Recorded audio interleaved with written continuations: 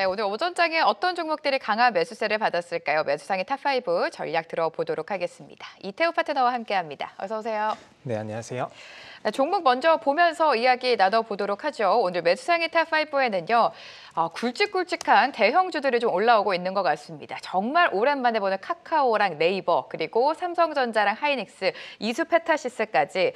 그러니까 반도체랑 이 AI 소프트웨어 관련주가 좀 올라와 있는 것 같은데 삼성전자 먼저 보도록 할게요. 삼성전자 반등이 나왔습니다. 강하게 나왔다라고 표현을 해도 아직 53,000원 단인데 그래도 상승세를 보여줬고 이재용 회장의 사법 리스크가 어느 정도 완화가 됐고요. 지금 시장이 주목하는 거는 사실 샘 올트먼과의 협력에 대한 기대감입니다. 네, 맞습니다. 우리가 지금 전 세계적으로 집중하고 있는 게 스타게이트인데 이 스타게이트 프로젝트에 삼성전자도 올라탈 수 있을 것인가 그 기대감이 지금 형성이 되고 있어요. 올라타야 될 것 있을까요? 같아요. 네.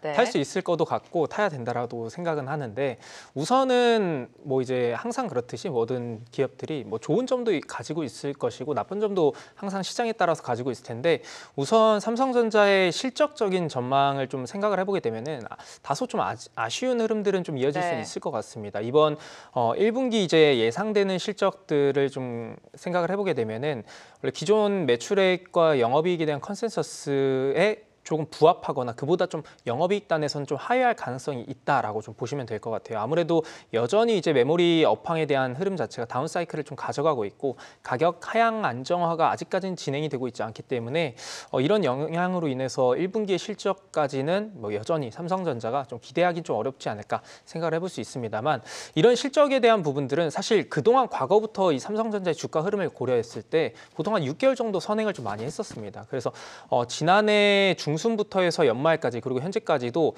가격적인 흐름들이 워낙 선제적으로 많이 하락세가 나타났었기 때문에 이번 1분기와 2분기의 어떤 실적에 대한 흐름들이 좀 부진한다 하더라도 뭐 주가에는 그런 부분들이 좀 선제적으로 많이 반영되어 있지 않을까. 그렇다라고 하면은 이제 긍정적인 요인들이 오히려 업사이드 요인으로 작용할 수 있지 않을까. 기대를 해볼 수도 있는데 뭐 대표적으로 앞서 말씀해 주신 것처럼 그 이재용 회장의 어떤 사법 리스크가 해소됐다라는 부분. 공교롭게도 그 이후부터 이제 외국인 투자자들의 매수세가 일부 좀 유입되는 흐름들도 있기 때문에 뭐 당연히 그 부분은 긍정적이라고 볼 수 있을 것 같고요. 무엇보다도 가장 이제 업사이드 요인으로 크게 작용할 수 있는 것은 방금 전에 말씀해 주셨던 이 소프트뱅크의 손정희 회장 그리고 오픈 AI CEO 샘 올트먼과의 어제 이제 회담을 또 가졌었죠. 이 부분 일이에요, 지금. 네, 맞습니다. 그렇기 때문에 이런 것들이 이제 협력 논의 이후에 실질적으로 삼성전자가 이 스타게이트 프로젝트에 관련 참여를 해서 본격적인 어떤 성장 흐름들이 나타날 수 있을까에 대한 부분인데 우선 스타게이트 같은 경우는 향후 4년간 5천억 달러 정도의 비용이 투자될 거로 전망이 되고 있습니다. 이게 우리나라 돈으로 환산하게 되면은 한 730조 정도가 되는데 이런 것들이 뭐 연간 규모로는 한 180조 정도씩 매년 투자가 된다라고 보시면 될 것 같습니다.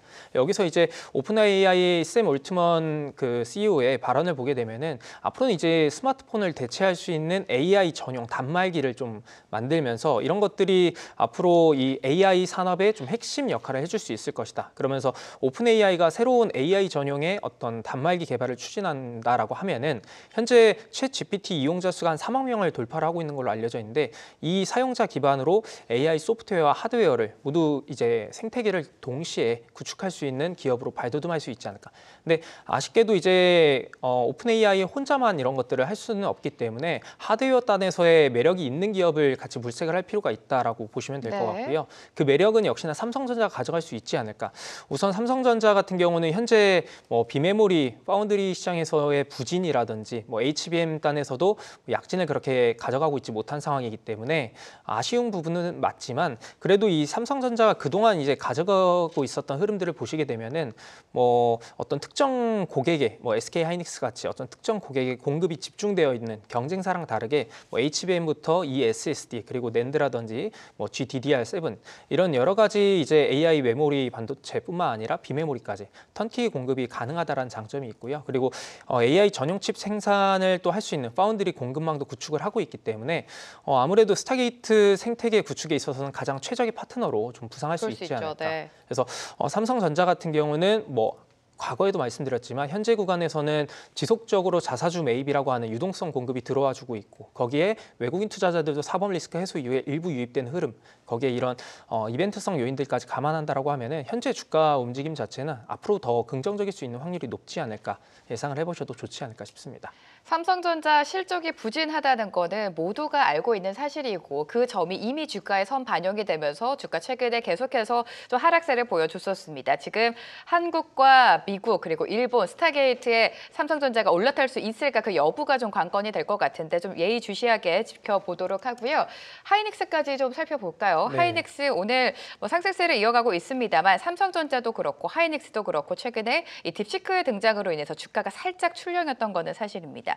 앞으로의 SK 하이닉스의 주가 전망 어떻게 보십니까? 지금 그래도 19만 7천 원까지 거의 네. 다 회복을 했어요. 20만 원 바짝 쫓아가고 있습니다. 맞습니다.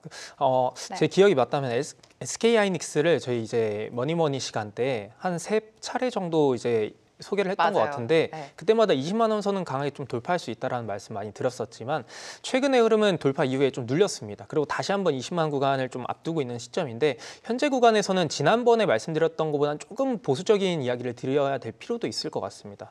아무래도 이제 물론 이 반도체 업종 중에서는 가장 이제 유망한 것은 맞습니다. HBM 단에서의 수익성이 여전히 뭐 메모리 반도체의 수익에 대한 부진들을 좀 많이 감안을 해주고 있는 상황이기 때문에 뭐 긍정적인 것은 맞지만 이런 부분들이 과연 올 한 해 지속적으로 우리 시장의 전망치보다 눈높이보다 훨씬 더 긍정적으로 나아질 수 있느냐에 대한 부분들은 점진적으로 그 영향은 좀 줄어들 가능성이 있을 것 같습니다. 왜냐하면 워낙 이제 HBM 자체의 수익성이 너무 잘 나와준다라면은 그만큼에 대한 컨센서스가 형성이 될 수밖에 없을 것이고요. 근데 현재 이제 디램이라든지 낸드에 대한 출하량 자체도 한 12%, 18% 각각 감소가 되고 있는 시점인데 여기에 더불어서 HBM에 대한 출하량 자체도 조금은 줄어들고 있는 시점이라고 보시면 될 것 같습니다. 이번 1분기 기준으로 보게 되면은 시장에서의 전망들은 HBM 출하량 자체가 한 10% 이상 좀 감소할 가능성은 있다라고 좀 판단을 하고 있기 때문에 뭐 앞서 말씀드렸던 이 메모리 가격 하락에 대한 어떤 수익성 부진을 HBM이 그동안 굉장히 크게 만회를 해주고 있었는데 뭐 여전히 만회는 해줄 수 있겠지만은 시장의 눈높이에 준하는 수준을 점차 좀 힘을 잃어갈 가능성이 있다. 그래서 상승 효과에 대한 흐름들이 좀 제한적일 수 있기 때문에 뭐 20만 원 그 이상을 아주 강하게 공격적으로 현재 시점에서 바라본다라기보다는 20만 원 부근 정도를 어느 정도 타협을 하면서 바라보는 게 조금은 맞지 않을까 싶고요. 물론 이제 뭐 딥시크 등장 자체가 어떤 초고가의 최신 엔비디아의 이 GPU 그리고 뭐 내장 고용량 HBM 이런 것들에 의문점을 부여하고 있는 것 또한 네. 아무래도 SK 하이닉스의 어떤 그동안의 어떤 기대 심리라든지 멀티플을 부여했던 부분들을 다소 좀 하향 조정을 시킬 수 있다는 것 또한 한번 염두를 하시고 바라보시면 어떨까 싶습니다. 그래서 개인적으로는 적정 수준이라고 좀 볼 수 있는 것들은 SK 하이닉스의 과거 지난 한 2년 정도의 최근 주가 흐름들이 너무 좋았었는데 그 구간에서의 평균 배수 PBR 자체가 한 1.6배 정도가 됩니다. 거의 1.6에서 한 1.8배 정도를 부여해서 바라보시면은 그래도 좀 괜찮을 수는 있지 않을까. 물론 어제 알파벳의 실적 발표를 잠깐 말씀을 드려보면은 여기서 이제 자본 지출을 시장에서 예상하는 것보다 훨씬 더 많은 수준을 여전히 유지하겠다라고 했습니다. 그 말인즉슨 아무래도 이 빅테크 기업들이 결국에는 앞으로의 AGI 도달을 위해서 투자 활동을 계속 할 수 있다는 측면이기 때문에 뭐 아주 큰 우려감보다는 적당한 수준에서는 긍정 의견은 그래도 바라볼 수 있는 여지도 많이 있다. 이렇게 좀 양방향을 같이 한번 바라보시면 어떨까 싶습니다. 네, 딥시크 쇼크 이후에 지금 하이닉스와 삼성전자 간단하게 짚어주셨는데 오히려 수혜주로 부각이 되면서 AI 소프트웨어 관련주가 시세를 내주고 있습니다. 카카오랑 네이버 오늘장에서도 강한 상승 탄력을 가져가기 때문에 빼놓을 수가 없는데 자, 네이버 같은 경우에는 이제 창업자죠. 이혜진 창업자가 7년 만에 복귀를 한다라는 소식에 주가가 오늘 52주 신고가까지 좀 터치를 했습니다. AI 산업에 네이버가 이제 더욱더 전폭적으로 네. 좀 집중을 할 것이다라는 시나리오가 지금 형성이 되고 있는 것 같아요. 창업자가 원래도 AI 중요성을 그동안에 강조해왔던 만큼 AI 시대에서 이제 뒤처지지 않겠다라는 강한 의지가 보이는데 중요한 거는 주가의 흐름이겠죠. 네. 네. 주가의 흐름이 오늘장에서 네. 대변을 하고 있듯이 뭐 너무 좋은 상황입니다. 관련해서 뭐 이 이사의 복귀에 대한 내용 자체도 긍정적인 해석으로 시장에서 받아들이고 있는 것 같은데 결국에 시기도 좋아요. 시기도 네. 너무 좋은 것 같습니다. 그 소프트웨어 단에서의 매수 흐름들도 강하게 유입되고 있는 시점에서 이런 소식들이 들려온 건 상당히 긍정적인데 그것보다 물론 더 중요한 것은 네이버가 지난해 연말부터 가져가고 있었던 향후 전략에 대한 부분들이 과연 올해 실행이 될 수 있느냐, 실현이 될 수 있느냐에 대한 부분들인 것 같은데 우선은 이제 4분기 영업이익률에 대한 부분들이 거의 한 19% 내외 수준이 될 거라고 전망이 되고 있습니다. 이제 이번 주에 실적 발표가 되는데 아무래도 뭐 그동안 인건비라든지 마케팅 비용이 좀 증가됐던 부분들은 실적을 좀 다소 하향시키는 요인으로 작용할 수는 있겠지만은 지난 4분기부터 광고 업황이라든지 커머스 업황이 상당히 조금씩 개선이 많이 되고 있는 시점이었습니다. 그러면서 뭐 광고 상품이라든지 아니면 이제 네이버에서 판매하는 상품에 대한 어떤 믹스 효과로 인해서 서치 플랫폼 매출 호조가 아무래도 영업이익률을 좀 긍정적인 어떤 전망을 해볼 수 있는 요인으로 만들고 있지 않을까. 그래서 일단 실적에 대한 부분들은 긍정적으로 좀 발표될 가능성이 높은 상황이고요. 여기서 이제 올해도 마찬가지로 실적에 대한 흐름들이 긍정적일 수 있느냐라고 했을 때 이벤트성 요인들이 좀 많이 있는 것 같습니다. 우선 첫 번째로는 그동안 네이버가 지난해 상반기 때 많이 부진했던 요인들이 그 홈피드 체류 시간이 좀 부족했다라는 부분들이었는데 네. 이런 것들이 이제 최근에 보게 되면 클립 콘텐츠에 대한 재생수가 23년도 말 대비했을 때 24년도 집계된 게 10배 이상 증가가 됐고요. 생산량 자체도 콘텐츠에 대한 부분들이 5배 이상 증가된 걸로 집계가 되고 있습니다.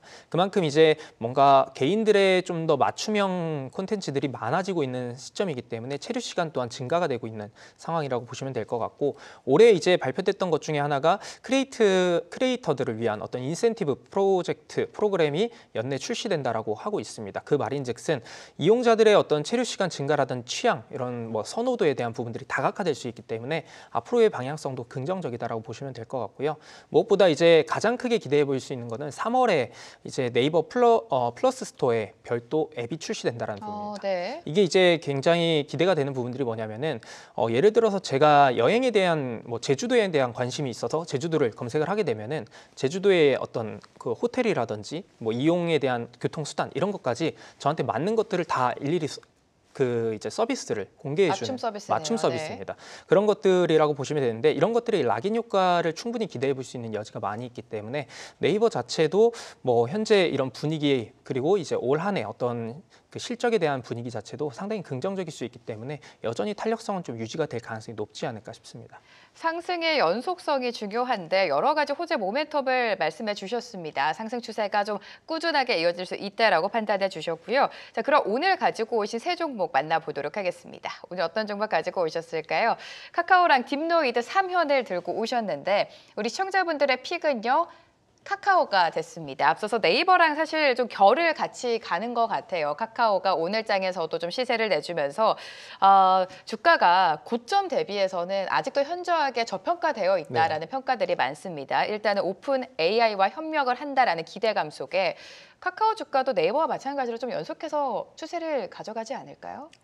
저도 같은 생각을 가지고 있는데 우선 카카오 같은 경우는 아마 많은 개인 투자자분들께서 좀 고점 구간에 좀 많이 물려 있는 맞아요. 분들이 네. 많이 계실 것 같아요. 그래서 더 아마 투표에 있어서 좀 압도적인 지지를 받은 것 같은데 카카오의 흐름은 이제부터 좀 기대를 해보셔도 좋지 않을까. 원래 기존의 네이버와 카카오 중에서는 네이버에 대한 방향성이 좀 더 명확했다라고 하면은 카카오 같은 경우는 올해 들어서의 방향성 자체가 점차 구체화되고 있는 시점. 그래서 현재 구간에서부터의 상승 흐름들은 좀 더 기대해 보셔도 좋지 않을까 개인적으로 생각을 하고 있습니다. 우선 카카오 같은 경우가 어제였죠. 2월 4일자에 오픈 AI CEO 샘 올트먼과 어떤 공동 기자간담회를 개최를 했고요. 그러면서 협업에 대한 이야기들을 좀 발표를 했습니다. 큰 맥락에서 보게 되면은 대표적으로 두 가지가 있는데 AI 서비스 고도화를 위한 기술 협력을 한다라는 부분이 있고 두 번째로는 AI 공동 상품 개발을 추진할 계획이라는 부분들을 발표했다. 이 두 가지 맥락의 어떤 협업 소식들이 있었는데 이것들을 좀 더 구체시켜서 한번 말씀을 드려보면은 카카오 같은 경우는 원래 이제 카카오톡이라고 하는 레거시 서비스 상품뿐만 아니라 카나나 그리고 뭐 이제 우리가 잘 활용하고 있는 모빌리티 같은 다양한 이제 서비스 부분들이 많이 있습니다. 이런 부분들에 모든 부분의 서비스에 AI를 활용한 고도화를 진행할 수 있다라는 부분들이 긍정적으로 좀 시장에 작용을 하고 있는 것 같고요. 카카오 자체가 원래 기존부터 자체 개발한 AI 모델을 사용을 하긴 했었는데 그것뿐만 아니라 외부 AI 모델의 API를 활용해서 서비스를 제공하는 방식도 같이 채택을 하고 있었습니다. 근데 그동안 이런 부분들이 많이 부각되지 못했던 부분들은 외부 AI 모델에 대한 어떤 메리트를 시장에서 크게 찾지 못했었던 부분들이 있었는데 지금 사실 최근에 뭐 딥시크가 이제 출범하긴 했지만 그럼에도 불구하고 여전히 이용자 수에 대한 부분들은 오픈 AI의 챗GPT의 활용도가 가장 많이 있는 시점이죠. 그래서 이런 메가 AI 모델에 대한 어떤 협업 소식 자체가 그동안 이 카카오가 채택하고 있었던 방식에 훨씬 더 많은 플러스 요인들을 지금 주고 있지 않나 생각을 해보시면 될 것 같습니다. 물론 이제 오픈 초기에 만약에 이런 것들이 서비스가 나와줬을 때 아무래도 이제 걱정하는 부분들은 서비스화를 하는 단계에 있어서 초기 단계에는 아무래도 수익화 단계 이전에 비용 부담에 대한 우려감들은 나와줄 수 있겠지만은 결국에 이제 최근에 딥시크 같이 이런 좀 저렴한 비용을 투자하면서 훨씬 좋은 효과를 볼 수 있는 이런 것들을 감안하면은 상용화 이후에는 비용 효과는 그렇게 뭐 아주 우려하는 부분들은 제한적일 수 있다. 이런 것까지 한번 감안해 보시면은 카카오 좋을 것 같다라는 말씀 드리도록 하겠습니다. 지금 시장 분위기 자체가 이 소프트웨어 관련주 특히나 네이버와 카카오의 추가적인 상승 여력이 좀 기대가 되는 상황인 것 같습니다. 두 종목에 대한 궁금증 우리 시청자분들 많으셨을 것 같은데요. 두 종목에 대한 전략 말씀 이태호 파트너와 함께했습니다. 고맙습니다. 계속해서 다양한 경제 이슈를 알고 싶다면 구독과 좋아요, 알림 설정 부탁드립니다. AI 캐스터 권미정이었습니다.